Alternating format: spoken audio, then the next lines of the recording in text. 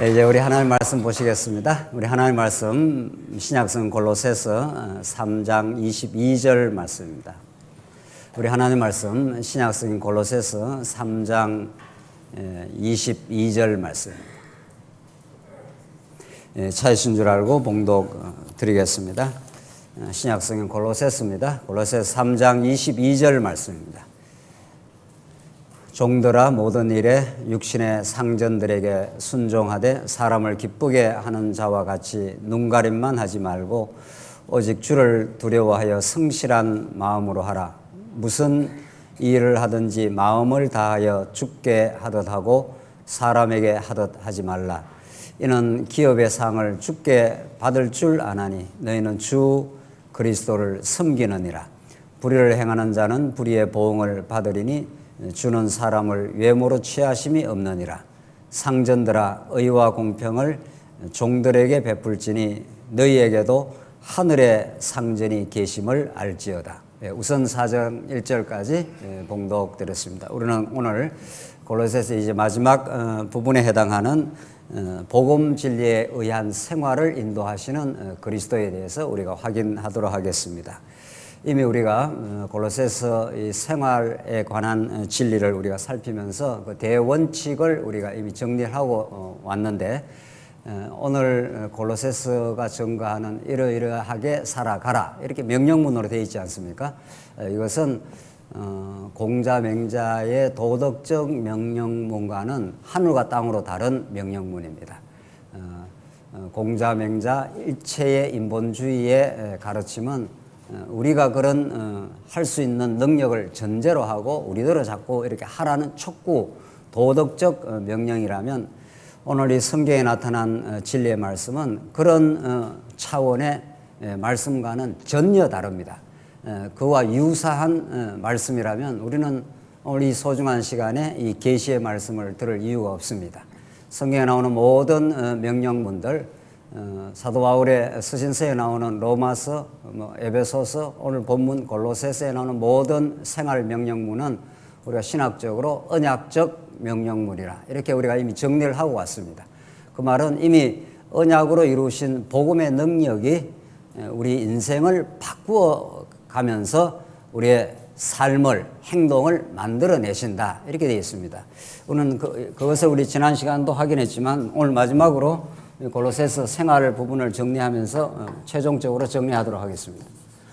복음은 생명이고 능력인데 복음이 증거되면 존재가 바뀝니다. 우리 존재가 바뀌지 않고 자꾸 하라고 하면은 그게 부담만 될 뿐이고 실제화되지 않습니다. 존재가 바뀌고 이제 마지막에 행위가 따라 나오는 거죠. 복음만이 우리의 타락한 존재를 새로운 피조물로 바꿔낼 수가 있습니다. 이걸 골로새서의 표현대로 말하면 위의 것을 추구하는 땅의 것을 추구하던 옛사람을 십자가에 다 못 박았고 복음의 깨달음이 우리를 하여금 이제 땅에 속한 가치, 세속적 가치에다가 마음을 자꾸 이렇게 붙이는 게 아니라 세속적인 모든 것들은 하나님의 삶의 여건으로 우리가 수용하고 감사하게 받아들일 뿐이지 그것이 우리가 진정으로 추구할 가치라고 그렇게 받아들이지 않습니다. 우리가 참으로 추구할 가치는 아까 우리 권사님 기도한 대로 하나님 나라의 가치, 하나님이 우리에게 이루시는 하나님의 나라, 그것이 얼마나 의와 평강과 희락의 나라, 하나님을 배우고 하나님을 경외하는 나라 이런 뜻입니다. 그게 위의 것 이런 뜻입니다. 이 땅의 것을 추구하지 말고 위의 것을 추구하라. 이게 복음에 근거한 생활의 원리입니다. 그 이제 다른 표현을 쓰면 우리 존재가 바뀌는 거죠. 땅의 것을 추구하는 그런 타락한 우리가 자꾸 이제 위의 것을 소망하게 됩니다. 성경에는 여러 표현을 쓰고 있는데 위의 것 혹은 성령의 소욕 혹은 하나님 나라의 가치 다 똑같은 맥락을 갖고 있는 거죠. 그러니까 이 땅에 속한 것. 땅의 물질이 되었던 권력이 되었던 이 땅의 어떤 재물이 되었던 그런 것들이 우리가 추구할 가치가 아닙니다. 아주 저급한 가치인 거죠. 또 그리고 하나님이 그건 우리에게 주시는 하나의 선물입니다. 그것도. 그러나 그것은 영원하지도 않으며 그것은 타인과의 자꾸 갈등 관계를 일으키는 것들입니다. 물질, 권력 다 그렇습니다. 어떤 사람이 한 사람이 많은 권력을 소유하면 딴 사람이 못 가지지 않습니까? 그래서 권력 투쟁이 일어나는 거죠. 교회는 그런 것이 아니라, 그런 땅의 것을 추구하는 것이 아니라, 그것은 우리를 참되게 행복하게 못합니다. 하나님 나라를 선물로 못 줍니다. 그런 것.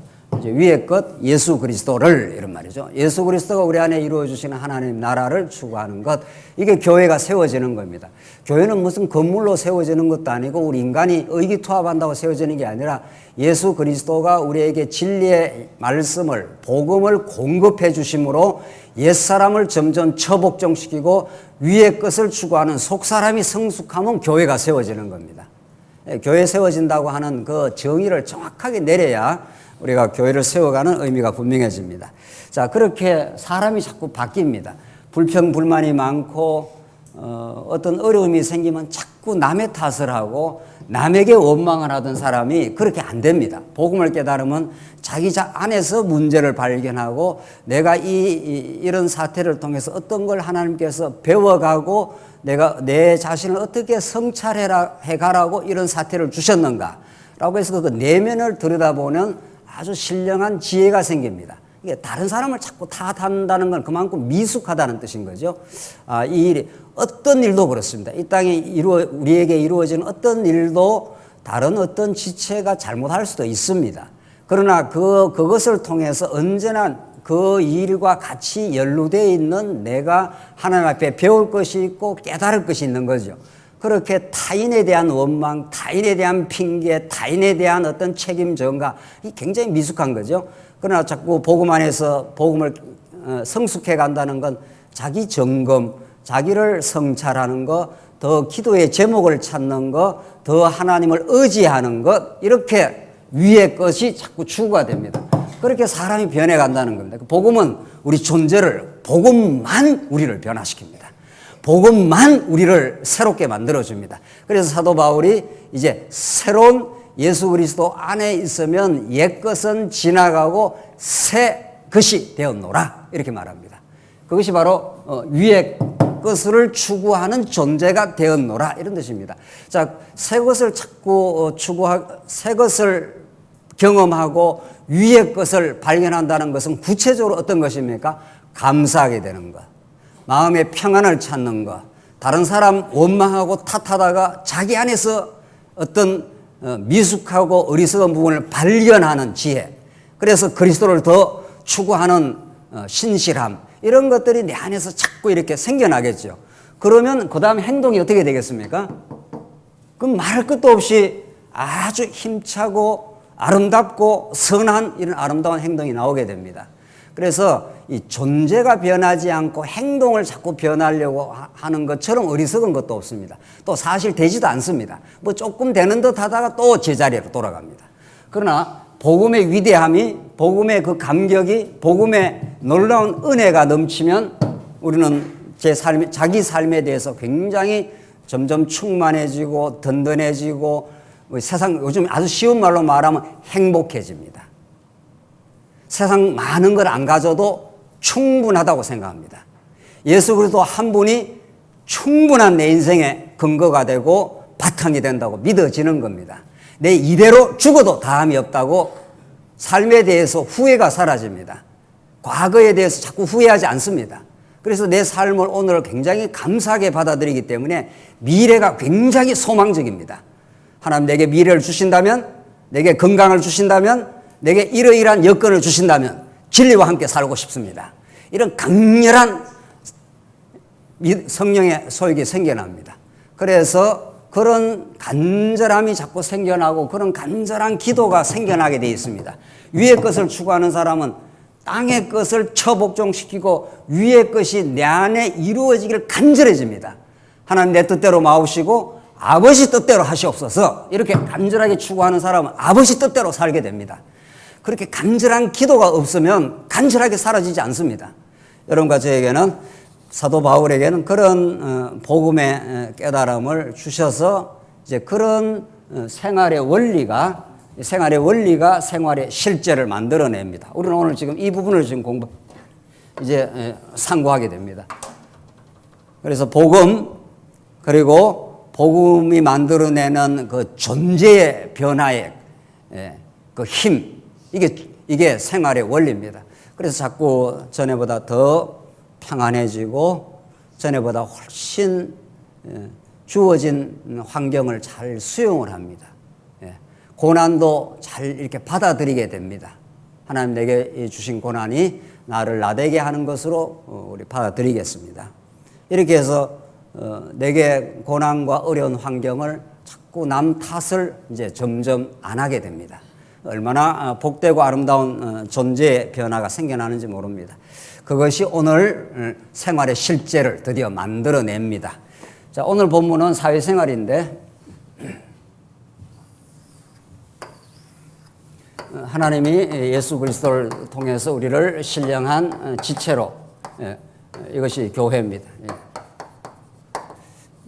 이게 이제 신령한 교회인데, 우리 교회 생활을, 우리가 지금 이렇게 하는 교회 생활을 좁은 의미의 교회 생활을 탈피할 필요가 있습니다. 좁은 의미의 교회 생활이라는 거, 오늘처럼 이렇게 교회당에 주일날 혹은 수요일날 혹은 우리 금요일날 이렇게 모이는 교회 생활을 뜻합니다. 그것도 너무도 중요합니다. 이 좁은 의미의 교회 생활, 좁다는 것이 나쁘다 이런 뜻이 아니라 우리가 이렇게 모이면은 이것만 교회 생활이다. 우리는 성경은 그렇게 말하지 않습니다. 이 오늘 주일날 이렇게 교회당에서 정한 시간, 정한 장소에 성도님들이 모여서 우리 함께 말씀을 듣고 찬양하고 하나님의 뜻을 구하고 이것처럼 정말 행복한 축제는 또 없는 겁니다. 사실은 예수 믿으면 사실은 복음의 축제 속에 들어가는 건데 이게 너무 중요하죠. 그러나 이런 신령한 교회 생활은 우리의 삶의 전 영역에 다 뻗어져 들어가는 겁니다. 그게 가정이고, 그게 사회생활이고, 뭐 그게 우리 아이들 학교 다니는 학교고, 혹은 뭐 문화고, 우리의 삶의 전 영역으로 이렇게 퍼져 들어가면서 그 전체가 사실은 교회 생활입니다. 가정생활도 교회 생활인 거죠. 오늘 본문의 사회생활도 포괄적 의미의 신령한 예배입니다. 이렇게 우리가 확실하게 성경대로 정리할 필요가 있습니다. 아, 내가 오늘 주일날 교회에 나왔으니, 뭐 수요일날 우리 수요 예배에 나왔으니, 그게 교회 생활 전부다. 이렇게 하면 얼마나 편협된 의미의 교회 생활을 하는 거죠. 그렇지 않습니다. 오늘 이렇게 말씀 듣고 교회당에서 우리 교제하고 우리 지체들의 아픔을 함께 나누는 이 교회 생활이 잘 이루어지면은 당연히 그 힘이 어디로 뻗어가겠습니까? 당연히 가정으로 뻗어. 우리 지난 시간 이제 가정에 대해서 했지 않습니까? 남편과 아내, 부모와 자녀, 이런 가정 생활의 성숙과 원만함과 이전보다 더 하나님 나라가 가정에 이루어지겠죠. 오늘은 이 사회생활입니다. 자, 사회생활, 우리 남자들이 얼마나 많은 사실은 시간을 사회생활 중에 보내고 있습니까? 요즘 남자들뿐만이 아니죠. 사실은 우리 여성도님들도 얼마나 사회생활 요즘 많이 합니다. 그러나 그 많은 시간들을 보내는 그 사회생활의 시간과 공간을 신앙적으로 우리가 수용을 못하고 그것을 방치를 하거나 뭐 그거는 그냥 돈 버리는 활동이다 이렇게 해버린다면 굉장히 신앙생활이 편협하게 되겠죠. 그렇지 않습니까? 그래서 오늘 본문은 성경은 그렇게 말한 적이 없습니다. 성경은 우리의 신앙생활이라는 게 전 우주를 통치하시는 하나님께서 예수 그리스도의 지체가 되는 이 신령한 교회, 뭐 이게 가장 중요한 핵심이죠. 또 우리 직접적인 우리 장안중앙교회, 또 어느 교회, 이런 거 지역교회 생활이 너무 중요합니다. 그런 것이 이루어지면은 가정, 사회, 학교, 문화 전 방면으로 이 복음의 능력이 퍼져나갑니다. 그러면 오늘 본문처럼 이제 종과 상전의 사회생활 관계가 나오는데, 종은 이제 상전 밑에 있는 거 아닙니까? 이제 사회생활로 친다면은 그 인격적으로 인간은 누구 밑이다 위다 없습니다. 그러나 이제 사회 구조상 사장이 있고 그 사원이 있단 말이죠. 옛날식으로 말하면, 오늘 본문식으로 말하면 종이 있고 상전이 있는 거죠. 그것도 교회 생활입니다. 그것도 신령한 예배라는 겁니다. 오늘 본문을 보십시다. 종들아, 모든 일에 육신의 상전들에게 순종하되 사람을 기쁘게 하는 자와 같이 눈가림만 하지 말고 오직 주를 두려워하여 성실한 마음으로 하라. 이게 정말 대단한 말씀입니다. 이게 정말 우리가 복음을 안다, 뭐 성경신학이 대단한 논리를 안다, 뭐 관통된 진리를 안다, 그거 좋습니다. 다 정말 관통된 진리를 안다면 사회생활을 어떻게 하느냐에 적중되고 그쪽에 진짜 힘이 발휘하고 있는지가 제대로 성경을 깨달은 하나의 열매라고 봐야 되는 거죠. 뭐 성경은 관통을 하고 66권을 전부 관통인데 사회생활은 아무 생각 없이 그냥 하나님 앞에서 하는 것이 아니라면 그 사람은 아직도 제대로 균형 있게 복음을 깨달은 건 아니라고 봐야 되지 않습니까? 오늘 성경 말씀이 그렇게 말하고 있는 거니까. 종들아, 종이라는 것은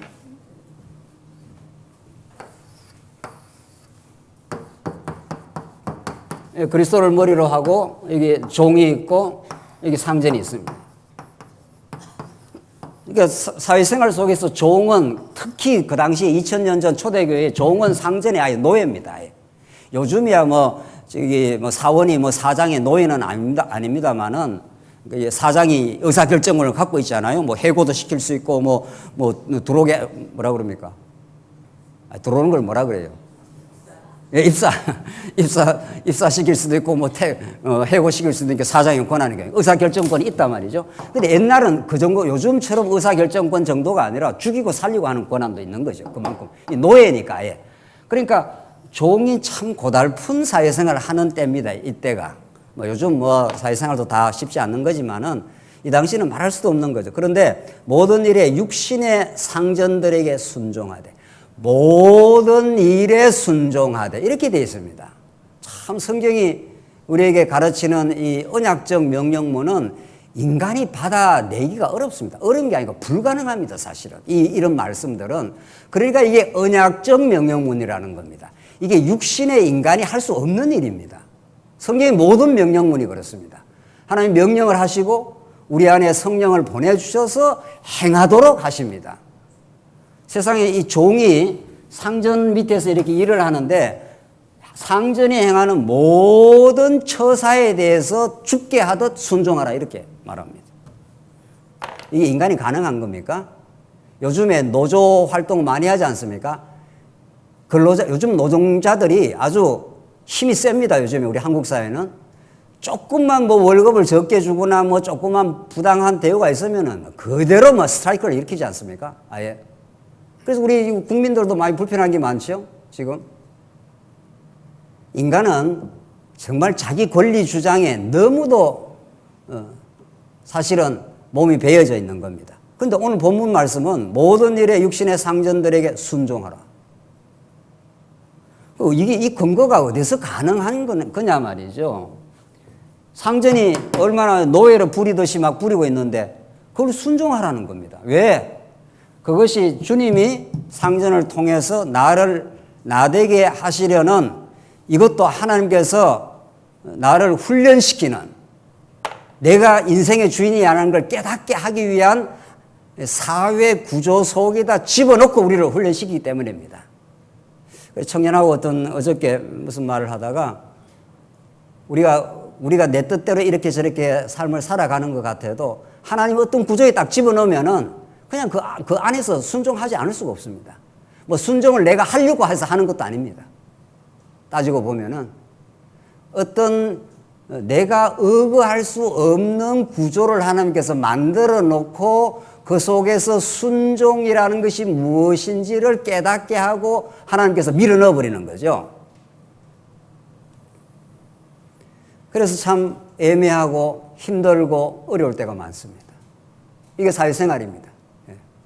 사회생활 내 마음에 안 든다고 내 마음대로 박차고 직장 나올 수도 없습니다.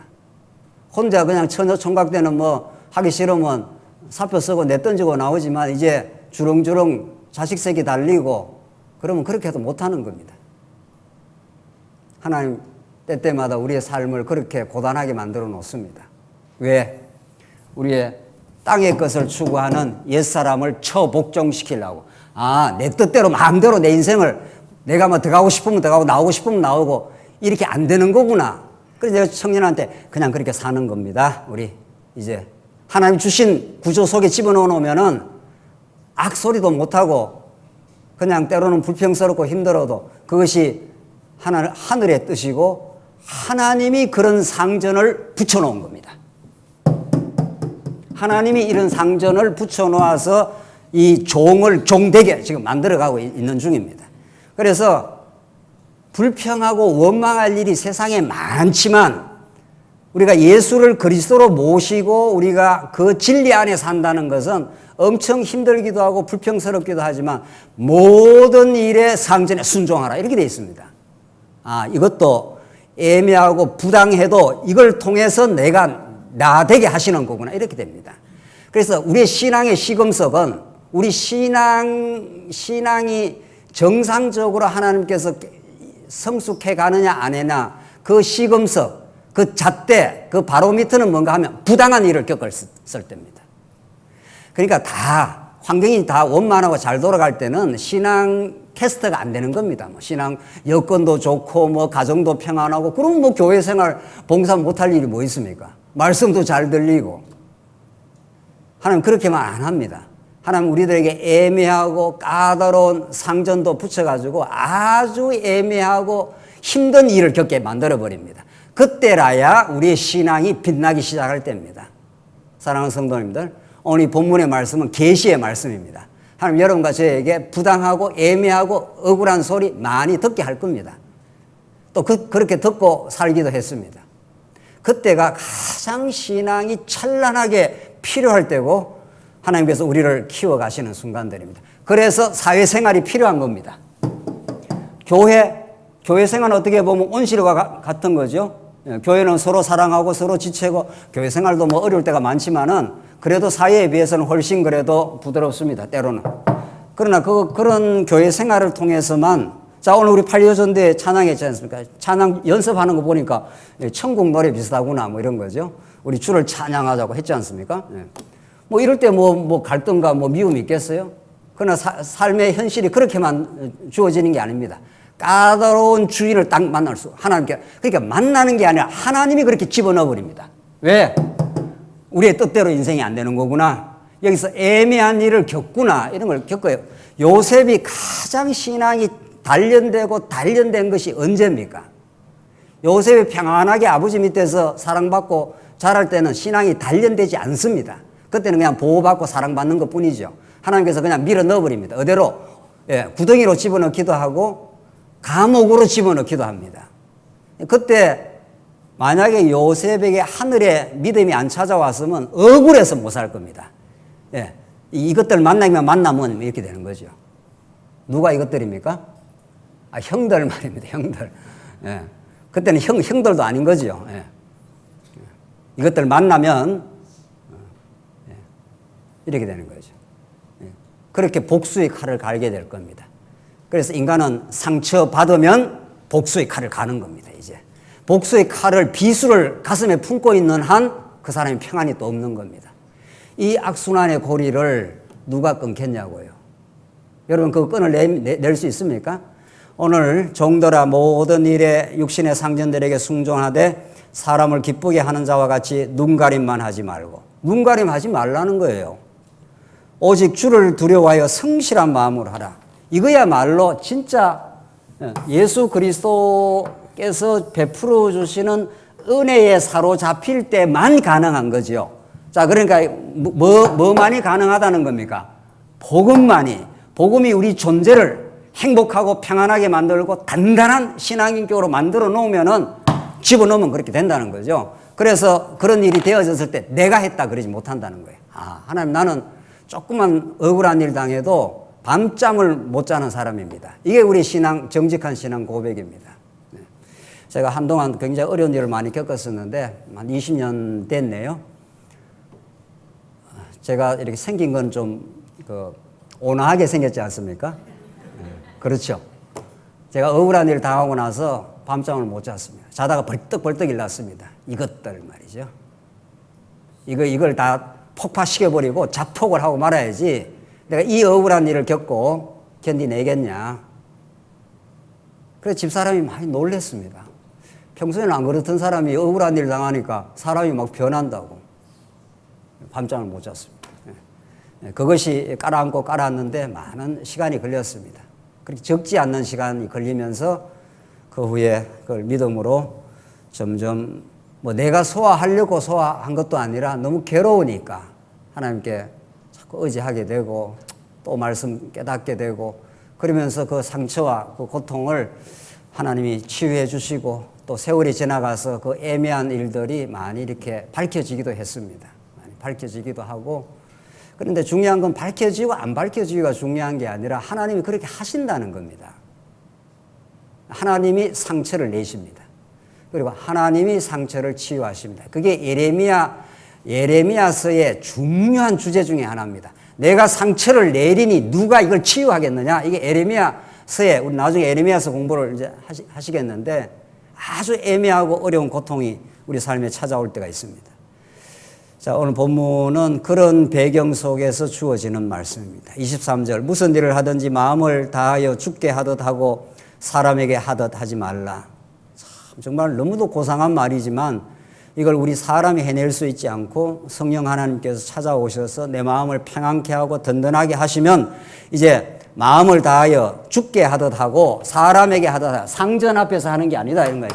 그러니까 종이지만 사실은 얼마나 이렇게 상전이 오히려 누리지 못하는 하늘의 평화, 이 인생의 자존감, 내가 비록 노예지만은 내가 하나님의 자녀, 이런 놀라운 자기 정체성을 이제 확보하게 된 사람이죠.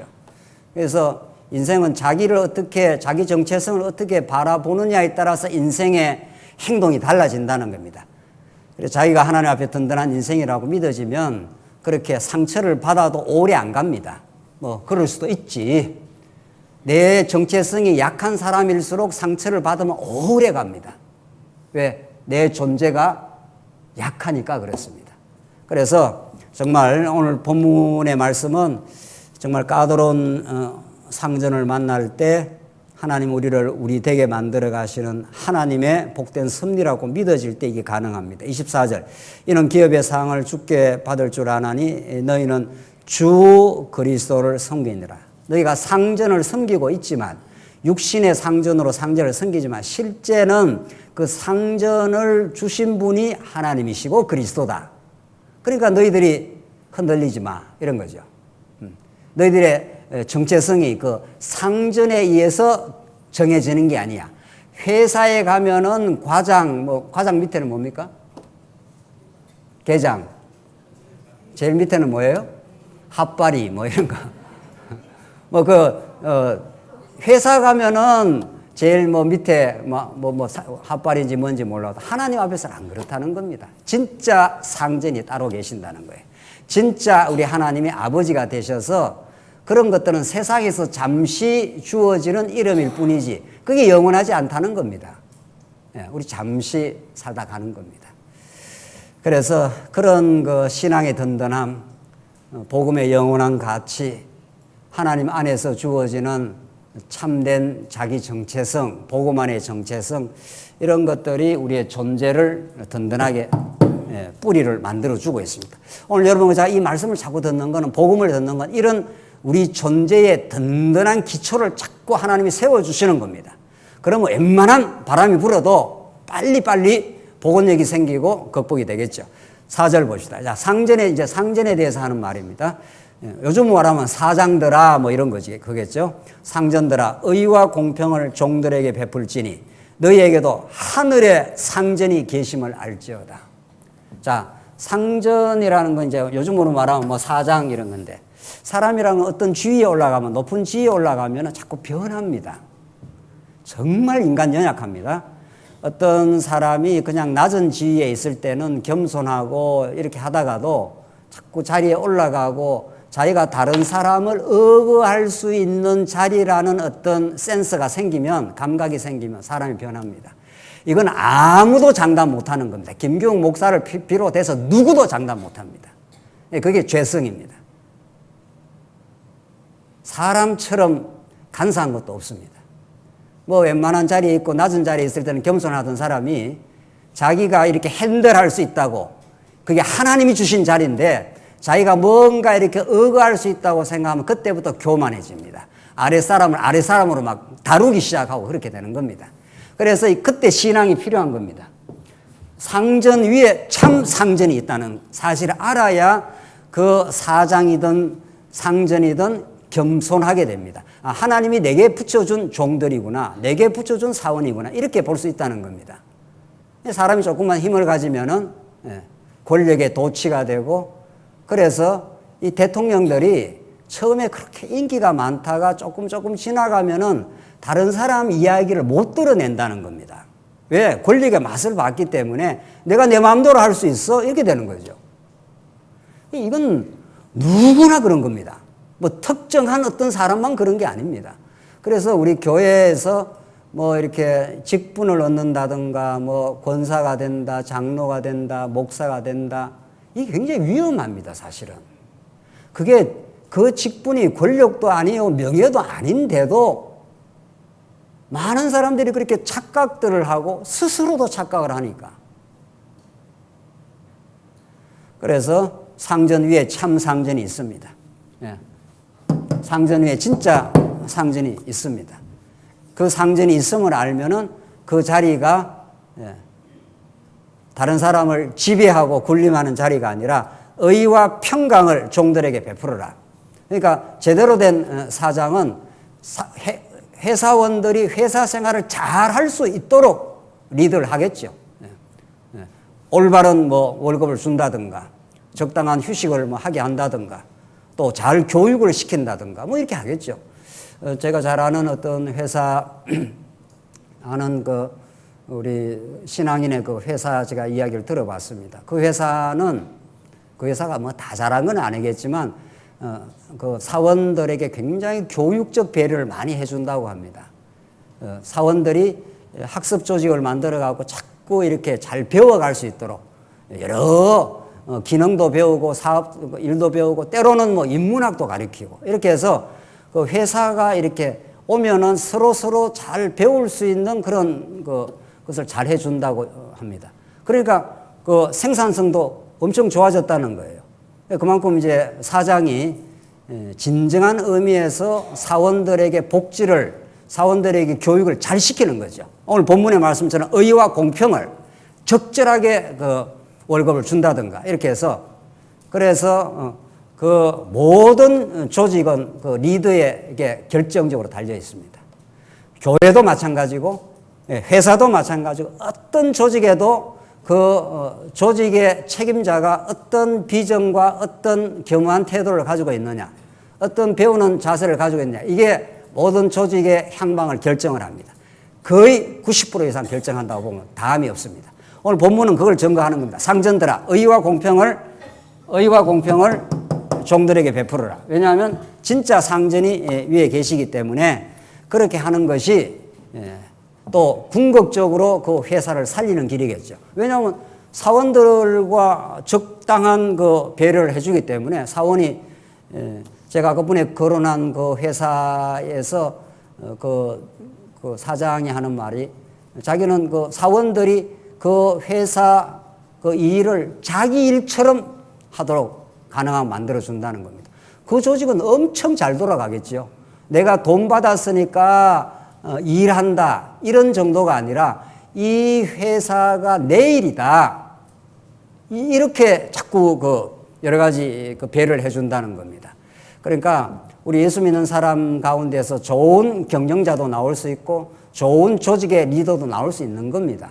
여러분과 제가 이 말씀을 잘 들어갈 때 정말 가정도 이전보다 더 따뜻해질 것이고, 사회생활도 오늘 본문의 말씀처럼 우리가 종이 되었던 상전이 되었던, 요즘식으로 말하면 사원이 되었던 뭐 사장이 되었던, 하나님 앞에서 그 일을 받고 복음의 신앙을 가지게 될 때 정말 복되고 아름다운 사회생활이 가능해집니다. 자, 그래서 우리는 좁은 의미의 우리 교회 생활에 머물게 하시는 것이 아니라 가정, 사회, 또 더 나아가서 오늘 본문이 자체는 없습니다만 학교, 문화, 이런 것들이 다 우리 예수 믿는 사람이 처하고 있는 삶의 영역들입니다. 그 모든 영역들 속에서 하나님 나라를 배워가는 것, 또 내가 가지고 있는 믿음의 역량만큼 주변에 그런 하나님 나라 빛을 비추어가는 것, 이런 것들이 진짜 우리 교회 생활이고 사회 생활입니다. 오늘 본문은 그런 철두철미한 신앙생활의 의미, 우리 직장 사회 현장도 신령한 하나님의 통치가 있는 예배 현장입니다. 그걸 우리가 꼭 기억하게 될 때, 오늘 이렇게 말씀 듣고 예배하러 왔다 생각하지 말고 이제 이 말씀 듣고 그 다음에 어떻게 해야 될까요? 여러분 예배 드리러 어떻게 해요? 돌아가셔야 되는 겁니다. 예. 한번 다 같이 한번 해볼까요? 예배 드리러 왔고 예배가 끝나는 게 아니라 말씀을 잘 듣고 신령한 예배를 잘 드리고 가정으로 사회 삶의 현장으로 진짜 예배 드리러 가는 겁니다. 그러니까 전 영역이 삶의 예배입니다. 이것이 성경이 가르치는 바입니다. 예. 이것이 진짜. 그런데 이 신령한 예배라는 이 소중한 언어를, 이 소중한 복음 메시지를 우리가 강조 안 할 이유가 있겠냐고요. 복음은 그렇게 우리를 증거합니다. 자, 그 다음 보시면 이제 구체적인 우리 신앙생활의 원리 한 가지인 기도에 대해서 말하는데 한번 보십시다. 4장 2절. 기도를 계속하고 기도에 감사함으로 깨어 있으라. 또한 우리를 위하여 기도하되 하나님이 전도할 문을 우리에게 열어주사 그리스도의 비밀을 말하게 하시기를 구하라. 내가 이 일 때문에 매임을 당하였노라. 자, 기도라는 명제가 또 나오는데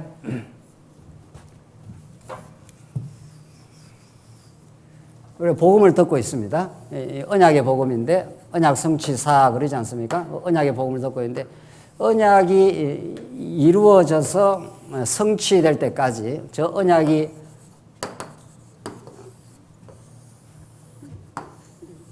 이 언약이 이루어지는 것이 하나님의 계시니까 우리는 이런 언약 성취의 역사 가운데 살고 있습니다. 언약이 이루어지는 것은 하나님 편에서 다 하시는 일입니다. 하나님은 당신이 뜻하시면 안 되는 게 하나도 없습니다.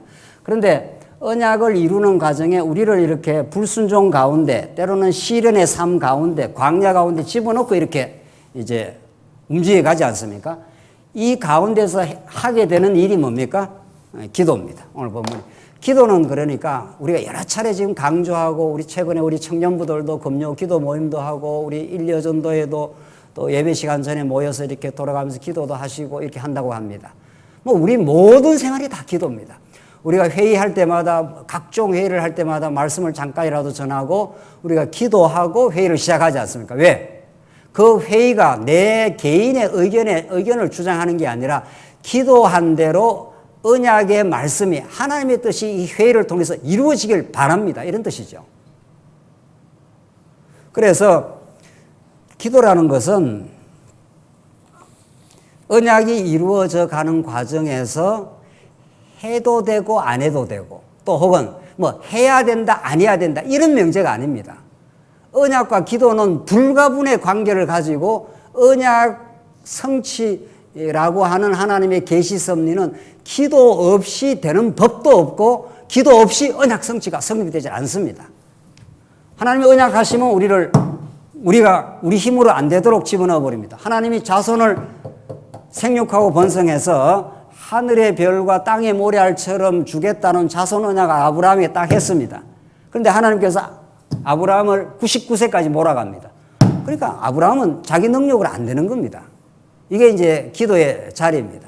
하나님 내 힘으로 하나님의 나라인 자손 언약이 이루어질 수가 없습니다. 하나님이 이루어 주시옵소서.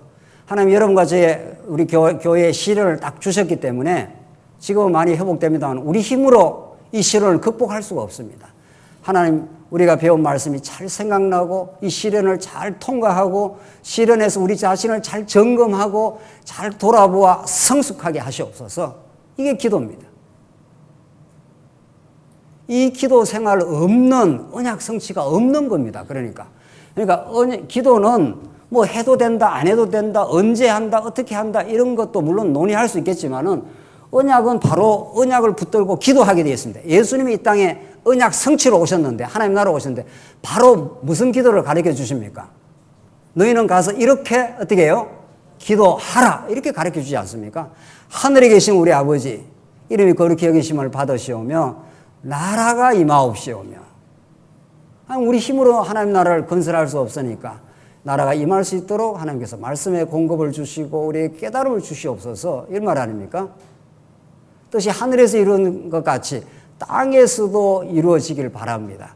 일용할 양식을 주옵시고 우리가 우리에게 죄 지은 자에게 죄를 사하여 준 것 같이 우리의 죄를 어떻게 해요?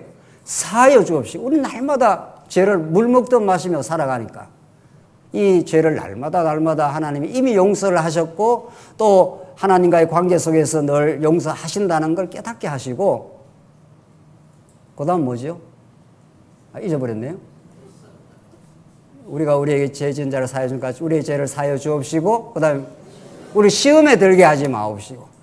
여러분과 저는 하나님 은혜의 말씀이 살짝 손을 놔버리면은 볼 것도 없이 시험에 들어갑니다. 볼 것도 없이 유혹에 들어간단 말이죠. 제가 여러 차례 연구실에서 이렇게 실험도 해봤습니다. 내가 말씀을 연구하고 또 말씀도 가르치고 우리 성도님들을 어떻게 말씀으로 풍요하게 전할까 뭐 이런 연구하고 뭐 이렇게 살다가도 순간적으로 다른 생각이 딱 들 때가 있습니다. 엉터리 같은 생각, 빗나간 생각. 제가 그걸 컨트롤을 못 합니다. 한번 이렇게 딱 어리석은 생각이 딱 사로잡히면, 그러니까 늘 말씀 듣고 말씀 연구하고 뭐 말씀으로 나누고 지체들과 말씀 가유도하는 사람이 순간적으로 이렇게 하나님께서 말씀에서 탁 빗나가거나 하면은 그걸 제 자신이 컨트롤을 못 합니다. 그래서 기도하지 않을 수가 없습니다. 그래서 시험에 들게 마옵시고, 하나님이 나를 시험 가운데 그냥 손 놔버리면은 그냥 허우적거리니까. 그리고 제일 마지막에 뭐죠? 다만 어떻게 해요? 악에서, 악이라는 게 뭡니까? 악이라는 게 하나님 싫어하시는 거, 내가 주인 되는 거, 이런 거에 악입니다. 그 악 가운데 살 때 우리 마음의 평안도 잃고 자꾸 다른 사람하고 비교하고 원망하고 다른 사람 잘 되는 게 자꾸 자꾸 이렇게 마음이 이렇게 스쳐 이렇게 자꾸 걸립니다. 아니, 다른 지체가 좋은 집 살고 건강하고 아이들 학교도 잘 가고 이러면 얼마나 좋습니까? 우리 가족들인데. 그런데 우리가 늘 좋지 않습니다. 이게 인간의 연약한 실존입니다. 다른 아이가 좋은 대학 가서 잘 다니고 있다는 그거 박수치고 좋을 일이지. 지는 뭔데 그렇게 그러냐 말이에요. 그게 얼마나 비좁은 하나님 나라의 상실의 모습이냐고요. 그래서 다만 악에서 구하시옵소서. 이게 우리 절실한 기도입니다. 그래서 그 기도의 과정을 거치면서 하나님께서 점점 우리 옛사람을 벗어버리고 속사람을 입어 존재가 변화되면서 우리가 하나님 나라의 일꾼이 되는 거죠. 그래서 당당하고 다른 지체가 어떤 세상에서 건강하게 잘 살아가면 축복해주고 말이죠. 함께 박수치고 함께 기뻐하고 아파하고 힘들어하는 성도가 있으면 아프게 생각하고, 세상에 어려운 성도가 있는데 그 어려운 성도와 함께 아프지 않다면 하나님 나라 성도가 아닙니다. 하나님 나라 성도이긴 하지만 하나님 나라 성도의 그리스도에 접근한 성도는 아닌 거죠. 우리 주변에 아파하고 힘들어하는 성도가 한두 사람입니까? 그게 하나님께서 우리에게 주시는 기도의 제목들입니다. 사도 바울이 아주 정직하게 이렇게 기도를 합니다. 기도를 요청합니다. 또한 우리를 위하여 기도하되 하나님이 전도할 문을 우리에게 열어주사. 바울이 복음 세상 없이 깨달았던 바울인데 그냥 복음 전하면 되지 뭐라고 골로새 교회 성도들한테 우리를 위해서 기도해 달라 그럽니까? 그냥 복음 전하면 되지. 바울처럼 하늘의 진리를 정말 이 온 우주의 진리를 다 깨달아버린 사람이 없는데 그냥 복음을 전하지. 뭐라고 골로새 교회는 지금 어린 성도들 아닙니까? 따지고 보면 바울에게 비하면은. 그런데 골로새 교회 성도들한테 뭐라고 그럽니까? 우리를 위해서 기도해달라. 왜? 하나님이 전도할 문을 우리에게 열어주사. 바울 자기가 기도하면 되지 또 뭐라고 기도를 요청을 합니까? 이 기도 요청이라는 게, 기도 제목을 서로 공유한다는 게 그렇게 중요합니다. 그래야 골로새 교회 성도들도 바울이 복음 전하는 그 일이 얼마나 소중한지를 같이 공감을 하고 같이 기도하고, 그런 기도의 역사를 통해서 땅끝까지 복음이 전파될 겁니다. 여러분들 우리 교회가 요만큼이라도 회복되어 가는 것은 다 눈물의 기도들, 간절한 우리 성도님들의 기도가 하늘에 저는 상달되었다고 보는 겁니다. 하나님, 이렇게 우리가 복된 말씀을 들었는데 우리 교회가 많은 시련을 통과하고 가슴 아픈 일이 많습니다. 하나님, 이 가슴 아픈 일을 하감해 주시고 우리의 기도를 들어주시고 우리 교회가 우리 성도들이 든든하게 새롭게 성장하게 하시옵소서. 이 간절한 기도들이 우리 강단에 우리 장로님들 또 우리 권사님들 올라올 때마다 그 기도를 하는 거 아닙니까? 그 기도를 해 우리가 아멘으로 화답을 하는 거 아니겠어요? 사도 바울이 아주 불굴의 투사입니다. 어떤 어려움에도 잘 견뎌내어 왔습니다. 물론 하나님께서 그런 믿음의 힘을 줘서. 그런데 골로새 교회 성도들한테 우리를 위해서 기도해 달라. 뭐 기도해 달라는 게 무슨 자존심이 뭐 상하는 겁니까? 그런 우리의 진정한 기도 문화가 우리에겐 필요합니다. 사랑하는 성도님들, 우리에게만 이 복음이 머물러 있을 수 없을 겁니다. 틀림없이. 우리가 이 복음을 듣고 마음에 새로운 기쁨, 하나님 나라의 진정한 감사, 이게 터져나오면은 우리 복음이 여기에만 머물러 있을 수 없는 복음이에요, 이게. 아무리 생각해도. 지금 하얼빈에서도 청도에서도 필리핀에서도 매일 연락이 옵니다. 매일은 좀 과장됐네요. 거의 뭐 일주일에 한 번씩은 연락이 올 겁니다, 거의. 이렇게 지내고 있습니다. 또 언제 좀 올 수는 있는지요. 어떻게 우리 장안조항교는 잘 안정을 찾아가는지요. 일본에서 우리를 위해서 기도해 주고 있지 않습니까? 여기가 말씀운동의 본산이라고 하는데 일본 성도들이 우리 장안조항교를 위해서 전보다 더 많이 안정되어서 감사합니다. 우리 여기 나오는 우리 장로님들의 기도 지난주에 우리 찬양대회 다 보고 있지 않습니까? 이렇게 우리 교회가 정말 기쁨이 회복되고 교회가 회복되어 가는구나. 이런 소식들이 이렇게 계속 오고 가고 하지 않습니까? 이런 기도의 과정들, 절실한 하나님의 뜻이 여러분과 저를 통해서 이 땅 위에 이 복음을 같이 듣고 있는 우리 지체들의 한 마음을 통해서 우리에게 전달된 이 소중하고 위대한 복음은 여러분과 저의 수고, 조그만한 협력, 간절한 기도 모임들을 통해서 그렇게 회복될 것입니다. 지난주에 연구실 올라가 있는데 이제 다 감사 찬양 마치고 밑에 내려가니까 우리 몇 여전도이죠? 그 찻집 한 여전도, 제일 막내 여전도에, 구여전도에. 구여전도에 가니까 생강차도 있고, 저는 생강차 먹었으니까 딴 무슨 차가 있었습니까? 대추차도 있고 뭐 있었어요. 그래서 저는 뭐 한 잔 마시고 아유 너무 감사하다고 수고한다고 올라왔습니다. 문을 밖에서 연구실 똑똑 이렇게 떠드려요. 나가서 문을 열으니까 우리 중고등부 아이들이 목사님 무슨 차를 원하십니까? 이래요. 연구실에 차 천지입니다. 우리 성도님들 갖다 준 차도 있고, 뭐 집사람이 사놓은 차도 있고, 커피도 있고, 뭐 언제든지 오십시오. 커피, 뭐 생강차, 뭐 천지입니다. 차는. 하나님께서 참 감사하다. 우리 중고등부 아이들이 또 우리 구여전도회가 찻집을 마련해서 우리 어른들한테 차를 나눠줬다고 합니다. 이렇게 하나님께서 우리 교회학교 아이들을 회복시켜 갈 겁니다. 어제 만난 가슴 아픈 우리 지체들과 이야기하면서 우리 어른들이 죄인들입니다. 우리가 애들한테 할 말이 없습니다. 우리 교회학교의 그 어려움을 우리가 목도하고 우리는 할 말 없는 죄인들입니다. 하나님께서 정말 우리 교회를 새롭게 회복시켜 주시옵소서. 상처를 많이 경험한 우리 청년들, 어른들이야 어차피 겪고 신앙으로 많이 단련되었으니까 극복해 가겠죠. 우리 청년들, 다음 세대들, 우리 교회학교 아이들, 우리 교회가 더 따뜻해지고 복음 안에서 하나님 나라를 누리기 시작하면 거침없이 이 복음이 우리의 지경을 넘어 중국으로 필리핀으로 어딘들 못 가겠습니까? 복음은 그렇게 퍼져나가게 될 것이고 하늘에 우리의 기도가 상달될 그날까지 우리가 복음 안에서 새로운 믿음의 경주를 진정한 간절한 기도의 삶이 우리 모두에 있길 바랍니다. 기도하십시다. 자비하신 하나님 아버지 은혜를 감사합니다.